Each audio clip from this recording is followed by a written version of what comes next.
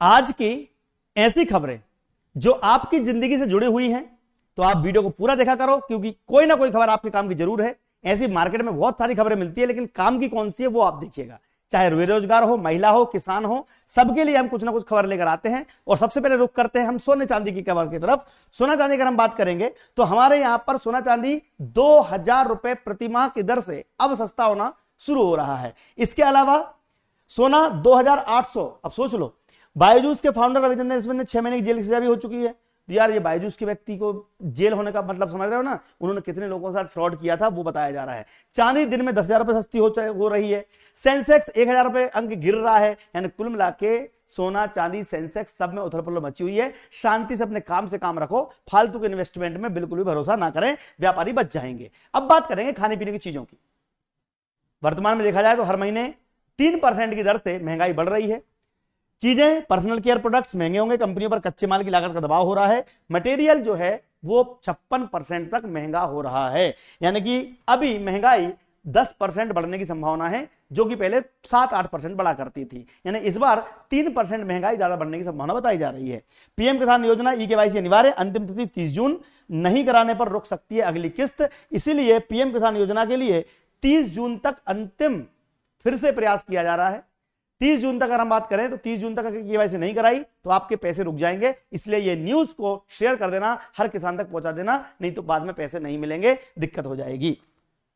इंदौर में रिश्वत लेते प्रिंसिपल पकड़ा गया। निजी स्कूल की शिकायत दबाने के मांगे बदले थे 10,000 रुपए। संचालक को बुलाया गया। रिश्वत लोगे तो दिक्कत तो यही है। जब हमारे शिक्षक, जब हमारे प्रधानाचार्य जैसे लोग रिश्वत लेंगे तो बताओ ये बच्चों को कैसे खाएंगे। ऐसे लोगों पर कड़ी कार्रवाई की जानी चाहिए, क्योंकि ये एक नहीं हजारों बच्चों को बर्बाद कर सकते हैं। अगर ऐसे शिक्षकों को, प्रधानाध्यापक को नहीं निकाला गया, इन पर उचित कार्रवाई नहीं की गई तो बाद में समस्या आ सकती है। इसलिए इन सब चीजों को समझिएगा। इंदौर में नौतपा शुरू हो चुका है। 42 डिग्री से कम तेज धूप, उमस कारण बेचैनी, और रात में तापमान 3-3 दिन तक, रात का तापमान भी देखो 26 डिग्री तक पहुंच गया है। ये दिन का तापमान हुआ करता है ठंड के समय में, जो रात को इतनी तापमान हो रहा है। यानी कि नौतपा जोरों पर है। दिन में बाहर निकलने से बचे, परहेज करें। आगे चलते हैं। धीरेन्द्र शास्त्री बोले कॉकरोच की पार्टियां बन रही हैं, बेरोजगारी बढ़ रही है, 3 महीने तक नेताओं की सैलरी बंद होनी चाहिए। अब धीरेन्द्र शास्त्री भी कॉकरोच के समर्थन में उतर आए हैं। उन्होंने कहा है कि युवा बेरोजगार, जिसे सीजीआई ने कॉकरोच कह दिया, उन्होंने अपनी पार्टी बना ली है। अब बेरोजगार युवा एक साथ मिलकर सरकार के खिलाफ खड़े हो रहे हैं। उनका कहना है कि हमें कॉकरोच बोला जा रहा है। सरकार भी उनकी तरफ ध्यान देने की तैयारी में जुटी नहीं है। अभी तक कोई बयान, कभी कोई ऑथेंटिक लोगों के साथ नहीं आया है। लेकिन धीरेन्द्र शास्त्री ने कह दिया कि कॉकरोच का मतलब तिलचट्टा नहीं, हमारे बेरोजगार युवा हैं जिन्होंने पार्टी बनाई है, सरकार के खिलाफ खड़े हैं। और ऐसे नेता, जो नेता बन रहे हैं, इतनी बेरोजगारी बढ़ रही है कि ऐसे नेताओं की 3 महीने की सैलरी बंद कर दो और युवा बेरोजगार को दे दो, वो ज्यादा काम की है। बोलो सही बात है कि नहीं बात है? तो ये कहानी यहां पर चल रही है। चार्टर्ड प्लेन पर भी रोक लगनी चाहिए। चार्टर्ड प्लेन में खर्चा कितना आता है? अब मुझे समझ में नहीं आ रहा है धीरेन्द्र शास्त्री अचानक से बदल क्यों गए। अब देखते हैं इनकी कथाओं पर क्या असर पड़ता है, क्योंकि सरकार के खिलाफ बोलने के बाद धीरेन्द्र शास्त्री का क्या असर होगा ये तो भगवान ही जाने। किसान ने बैगन की फसल पर चलाया ट्रैक्टर, बोला 1 रुपए किलो मिल रहा है भाव, उचित दाम न मिलने पर 4 बीघा फसल नष्ट कर दी। सोचो आप, कहां एक तरफ महंगाई बढ़ी जा रही है, कहां एक तरफ मतलब सब्जी के भाव, फलों के भाव महंगे हो रहे हैं, फलों के भाव, और यहां पर बैगन 1 रुपए किलो मंडी में बिक रहा है। मतलब कहीं ना कहीं इंबैलेंस चल रही है चीजें। कुछ चीजें बहुत महंगी हो रही है, कुछ चीजें बहुत सस्ती हो रही हैं। बैगन का भाव 1 रुपए अगर मंडी में मिलेगा तो किसान क्यों लगाएगा? लाने ले जाना ही महंगा पड़ जाएगा। तो यहां पर 4 बीघा की फसल को नष्ट कर दिया किसान ने। पत्नी बोली बेटे से पाकिस्तान जिंदाबाद के नारे लगवाता था वसीम, खुद को तलाकशुदा बताकर शादी की, नमाज कलमा पढ़ाने दबाव बनाया, मारपीट भी की। तो पति पत्नी के बीच में जो बात है वो रहस्यमयी गुत्थी सुलझ चुकी है। ये लव जिहाद के नए नए मामले सामने आ रहे हैं। लव जिहाद के मामलों को बचने के लिए हमें अपनी बालक बालिकाओं को, हिंदू धर्म की लड़की लड़कियों को समझाना पड़ेगा कि ऐसे किसी अनजान व्यक्ति से दोस्ती बिल्कुल ना करें जिसके बारे में पूरी खबर ना हो, क्योंकि ये लोग बड़े तरीके, चालाकी तरीके से लोगों को फंसाते हैं। महिला बाल विकास विभाग की आईडी हैक हो चुकी है।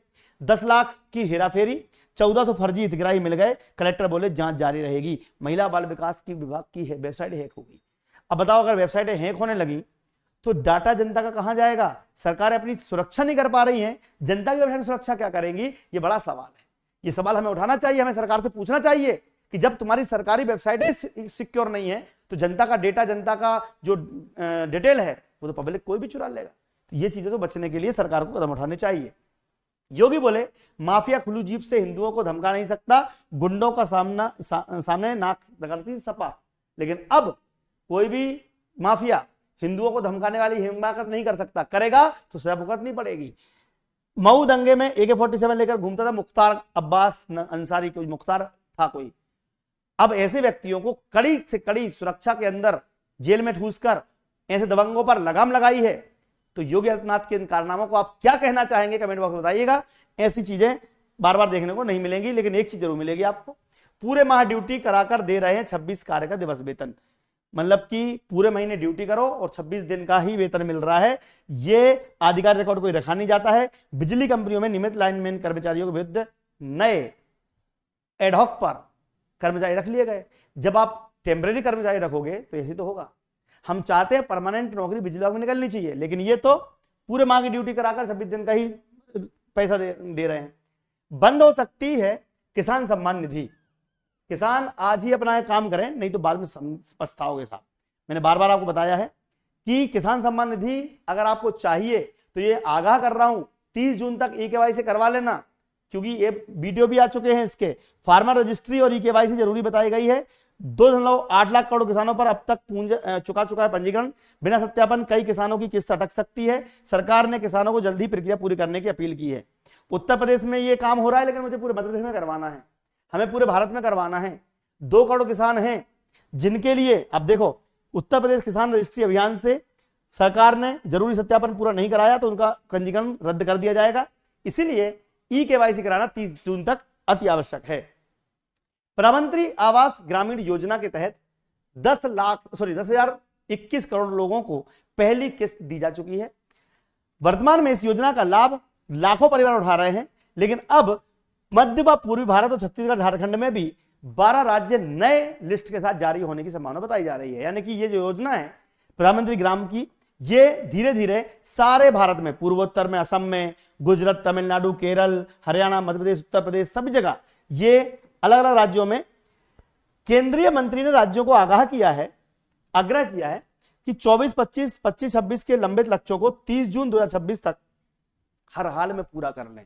ये स्पष्ट निर्देश हैं। जिनको मकान नहीं मिले हैं इस 30 जून तक उनको देने की संभावना बताई जा रही है।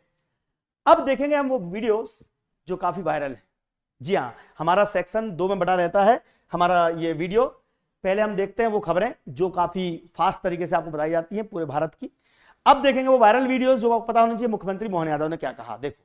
मुख्यमंत्री मोहन यादव ने 104 लाख मीट्रिक टन से अधिक गेहूं की रिकॉर्ड खरीदी होने के बाद गेहूं उपार्जन के मामले में मध्य प्रदेश प्रथम स्थान पर पहुंच गया है, जिसके बारे में हम चर्चा कर रहे थे।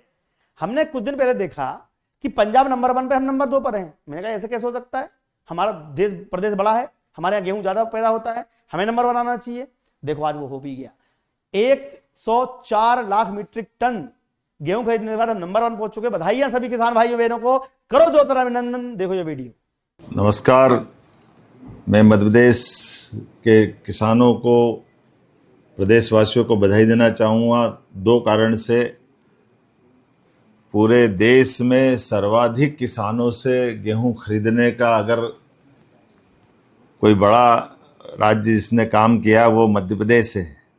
मध्य प्रदेश ने अपने सभी प्रकार के किसानों के साथ बीते समय के सारे रिकॉर्ड तोड़ते हुए 1,04,31,000 मीट्रिक टन गेहूं का उपार्जन अर्थात खरीदी की गई है। मुझे इस बात की प्रसन्नता है कि ये गेहूं खरीदने के किसानों की संख्या में मध्य प्रदेश पूरे देश में प्रथम स्थान पर है और सर्वाधिक लंबे समय तक किसी राज्य ने गेहूं खरीदी की व्यवस्था जारी रखी तो वो भी मध्य प्रदेश है। ऐसे में जब मैं अपने सर्वाधिक गेहूं उपार्जन वाले राज्य की तरफ से देखता हूं,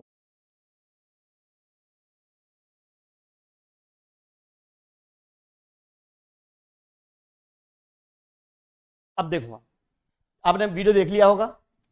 1 जून से 30 जून तक पूरे देश में खेत बचाओ अभियान चलेगा। लो भैया, खेत बचाओ अभियान 1 जून से 30 जून तक पूरे देश में खेत बचाओ अभियान चलेगा। इस अभियान का उद्देश्य खेत में किसान दोनों को सुरक्षित और संबद्ध बनाना है। किसानों के लिए 1 जून से जो बातें होने वाली हैं 30 जून तक, हम चाह रहे हैं कि ऐसे किसान जिनके पास कम जमीन है वो सरकार से आग्रह करे कि हमारी जमीन बढ़ा दी जाए, क्योंकि अभी 1-2 बीघा में कुछ नहीं होता है। कम से कम 4 बीघा 5 बीघा वाला किसान जो है उसको भी कमी पड़ रही है।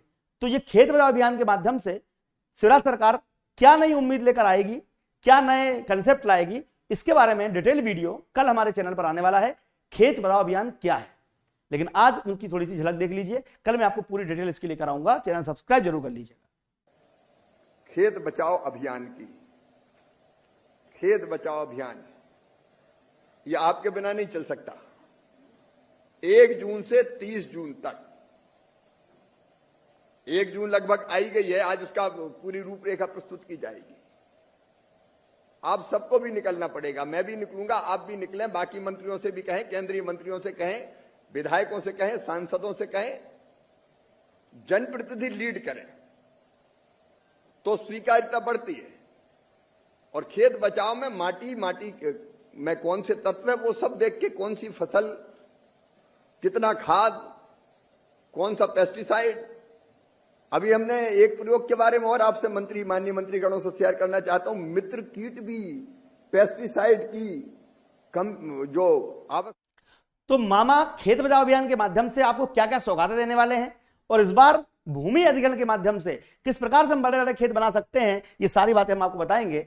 इंदौर के सांसद, विधायक और महापौर सभी भाजपा के हैं, फिर भी मल्टीपल इंजन सरकार इंदौर की जनता का विकास नहीं कर पा रही है, मल्टीपल अत्याचार किए जा रहे हैं। ये बात जीतू पटवारी ने आज प्रेस कॉन्फ्रेंस में कही। उन्होंने कहा कि जनता त्राहिमाम कर रही है पानी के लिए, दूषित पानी पीने में मजबूर है। फिर हम कैसे कह सकते हैं कि मध्य प्रदेश का सबसे स्वच्छ या भारत का पूरा सबसे स्वच्छ प्रदेश में जो जिला है वो इंदौर है, सॉरी जो शहर वो इंदौर है। ये प्रेस कॉन्फ्रेंस में उन्होंने सवाल उठाए, गंभीर आरोप लगाए सरकार पर। ये वीडियो देखिएगा, इसके बाद देखेंगे अगली बड़ी खबर। ये बार बार ट्रिपल इंजन सरकार की दुहाई थी, लोगों को समझाया गया कि जिसकी विधानसभा में सरकार है उसी की नगर निगम बनाओ तो वहाँ से पैसा जल्दी आएगा, जिसकी देश में सरकार है उसकी नगर निगम बनाओ तो यहाँ पर पैसा जल्दी आएगा, विकास ज़्यादा होगा। तो ये ट्रिपल इंजन तो ट्रिपल अराजकता बन गई इंदौर शहर के लिए। दूसरा, ये बार बार हम कहते हैं, सिर्फ कहने के लिए नहीं कहते हैं या भाषण के लिए नहीं कहते हैं, आरोप के लिए नहीं कहते हैं, न कुंठा से कहते हैं कि प्रभारी मंत्री यहाँ के मुख्यमंत्री हैं। ये छोटी बात नहीं है कि जिस जिले को प्रभारी मंत्री के रूप में मुख्यमंत्री मिला हो उसके विकास में, उसकी सुविधाओं में, उसकी सुरक्षा में कितनी बढ़ोतरी होनी चाहिए। क्या मुख्यमंत्री दोहन के लिए है या प्रभारी मंत्री या इंदौर शहर की सुख सुविधा के लिए? ये प्रश्न तो अपने आप से हम सबको पूछने की आवश्यकता है, इंदौर वासियों को पूछने की आवश्यकता है। प्रभारी मंत्री, ये बार बार ट्रिपल इंजन सरकार की दुहाई थी, लोगों को समझाया गया कि जिसकी विधानसभा में सरकार है उसी की नगर निगम बनाओ। तो यहां पर आपने कुछ देखा, यहां पर सारी की सारी बातें, आपका एक वोट 500 वर्ष की गुलामी के कलंक को धोकर भी श्री अयोध्या धाम में राम मंदिर का निर्माण कर देता है। आपका एक वोट 500 वर्ष की गुलामी के कलंक को धोकर श्री अयोध्या धाम के राम मंदिर का एक वोट, सीधी सी बात है, ये कहना ये चाहते हैं कि अगर आप बीजेपी सरकार नहीं लाओगे यूपी में, तो फिर अगर बीजेपी सरकार यूपी में नहीं लाए तो फिर क्या होगा? फिर ऐसे लोग आएंगे जो न राम मंदिर को सुरक्षित रख पाएंगे, न हिंदुओं को सुरक्षित रख पाएंगे। ये कहना है योगी आदित्यनाथ का। उनका कहना यह है कि अगर भारत में बीजेपी सरकार है तो हिंदू सुरक्षित है, अन्यथा कोई और सरकार आएगी तो राम मंदिर के ऊपर भी आरोप लगा सकती है। वीडियो देखिएगा, इसका देखेंगे अगली बड़ी खबर। हम सबका दायित्व बनता है, अपने वर्तमान को सजाने और संवारने का दायित्व आपके ऊपर है। सरकार आपके साथ खड़ी है। ये कार्य करने के लिए डबल इंजन की सरकार प्रधानमंत्री मोदी जी के नेतृत्व में, उनके मार्गदर्शन में अगर सफल हुई है इसलिए क्योंकि आपने डबल इंजन सरकार को जिताने में अपना योगदान दिया है। इसका श्रेय आपको जाता है। तो यहां पर आपने कुछ बातें समझ में आ गई होंगी आपको। इसके बाद भाजपा का हिंदुत्व सिर्फ वोट की राजनीति है, जहां आस्था भी व्यापार बन गई है। ये अभियुक्त ईश्वरानंद का एक बड़ा बयान है। इन्होंने बीजेपी आरोप लगाया कि धर्म की राजनीति कर रहे हैं, धर्म बचा नहीं रहे हैं। लेकिन आप ये बात समझिएगा कि जब से बीजेपी कहीं भी आई है वहां पर हिंदू धर्म को तो मान्यता मिली ही है, हिंदू धर्म को आगे बढ़ाया ही गया है। भले ऐसे लोग कुछ भी बोलते रहें, लेकिन आप ये बात तय मानो कि जब से बीजेपी सरकार जहां जहां आई है वहां पर हिंदुत्व की साख तो बढ़ी है और बाकी जो उपद्रवी लोग थे उनके ऊपर कंट्रोल भी हुआ है। भले इस व्यक्ति को राजनीति करनी हो, बात अलग है, बट आपने देखा होगा कांग्रेस राज में ऐसे ऐसे मोहल्ले थे जहां पर लोगों को जाने से डर लगता था, लेकिन आज जब से बीजेपी सरकार आई है आप वहां जा सकते हो। वीडियो देखिएगा, इसका देखेंगे अगली बड़ी खबर। बंगाल के मुख्यमंत्री ने ऐलान किया है कि 14 साल के बाद गाय नहीं काटी जाएगी, उसमें क्या कहना है? 14 वर्ष की गाय को। हाँ, मतलब वही हो गया ना कि 14 वर्ष तक वो मां रहेगी, उसके बाद सब्जी भाजी हो जाएगी। ये इनका हिंदुत्व है, इनके हिंदुत्व की कलई बंगाल के मुख्यमंत्री के वक्तव्य से खुल गई है।